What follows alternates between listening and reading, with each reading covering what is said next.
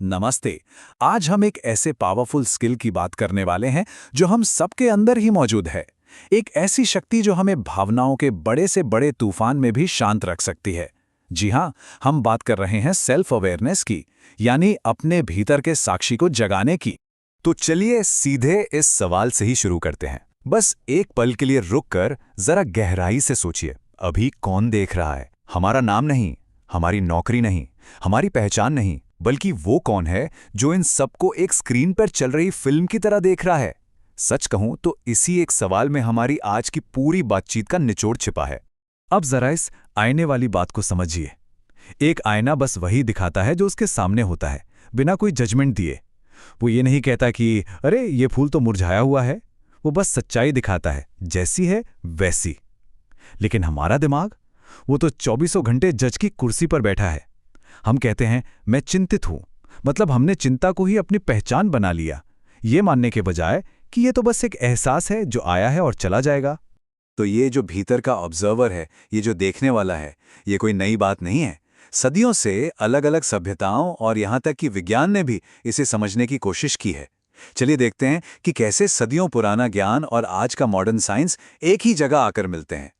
तो देखिए कितनी कमाल की बात है, जिसे आज डैनियल गोलमैन जैसे मनोवैज्ञानिक सेल्फ अवेयरनेस कहते हैं, उसी को हजारों साल पहले हमारे ऋषियों ने साक्षी भाव कहा था। वो चेतना जो बिना किसी चीज में उलझे बस एक दर्शक की तरह सब कुछ देखती है। ये पूरब और पश्चिम के ज्ञान का एक बहुत ही खूबसूरत संगम है ना। तो गोलमैन के हिसाब से सेल्फ अवेयरनेस के 3 मेन हिस्से हैं।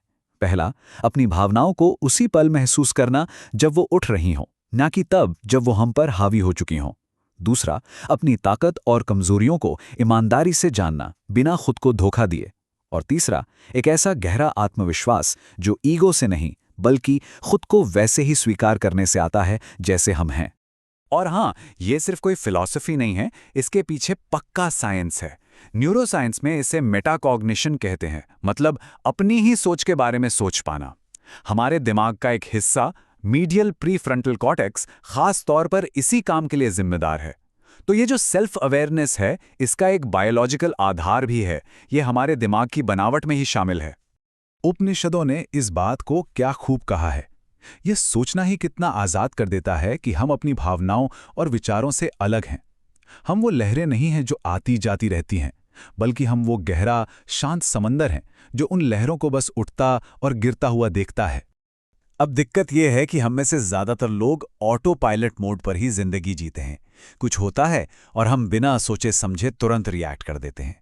लेकिन जागरूकता हमें सिखाती है कि कैसे आवेग में रिएक्ट करने के बजाय रुककर सोच समझकर रिस्पॉन्ड किया जाए। चलिए इसे कुछ आम जिंदगी के उदाहरणों से समझते हैं। सोचिए, आपके सामने एक बहुत बड़ा मुश्किल काम है। आपने अपनी टू डू लिस्ट देखी और बस हाथ पैर फूलने लगे, घबराहट होने लगी। अब यहां पर 2 रास्ते खुलते हैं। कम जागरूकता वाला इंसान सोचेगा मैं ही घबराहट हूं, और बस उस भावना में डूबकर काम को टालता रहेगा, ध्यान भटकाएगा। जबकि जिसकी जागरूकता ऊंची है, वो देखेगा मैं घबराहट को नोटिस कर रहा हूं। वो एक पल रुकेगा, एक गहरी सांस लेगा और उस बड़े से पहाड़ जैसे काम का एक छोटा सा पत्थर हटाएगा। यहां पर इमोशन एक डेटा बन जाता है, ना कि कोई डुबाने वाली लहर। अब दूसरी सिचुएशन देखते हैं। मान लीजिए किसी ने आपके काम की बहुत ज्यादा बुराई कर दी है। जाहिर है बहुत बुरा लगेगा, शायद शर्मिंदगी भी होगी, गुस्सा भी आएगा। यहां भी वही बात है, कम जागरूकता हमें यकीन दिला देगी कि मैं एक फेलियर हूं और हम उस दर्द से भागने के लिए कुछ भी करेंगे।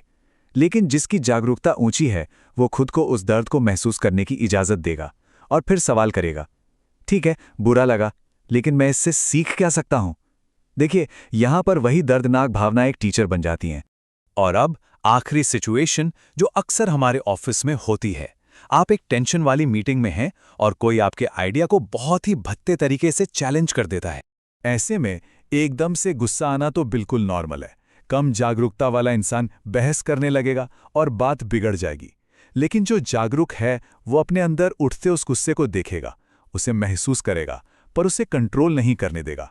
वो एक पल रुकेगा और शांति से जवाब देगा। ये प्रेशर में शांत रहना सच में एक सुपर पावर है। तो सवाल उठता है कि भाई जागरूकता को बढ़ाए कैसे? ये बिल्कुल एक मसल की तरह है जिसे प्रैक्टिस से मजबूत बनाया जा सकता है। तो चलिए 3 बहुत ही आसान लेकिन पावरफुल तरीकों पर नजर डालते हैं।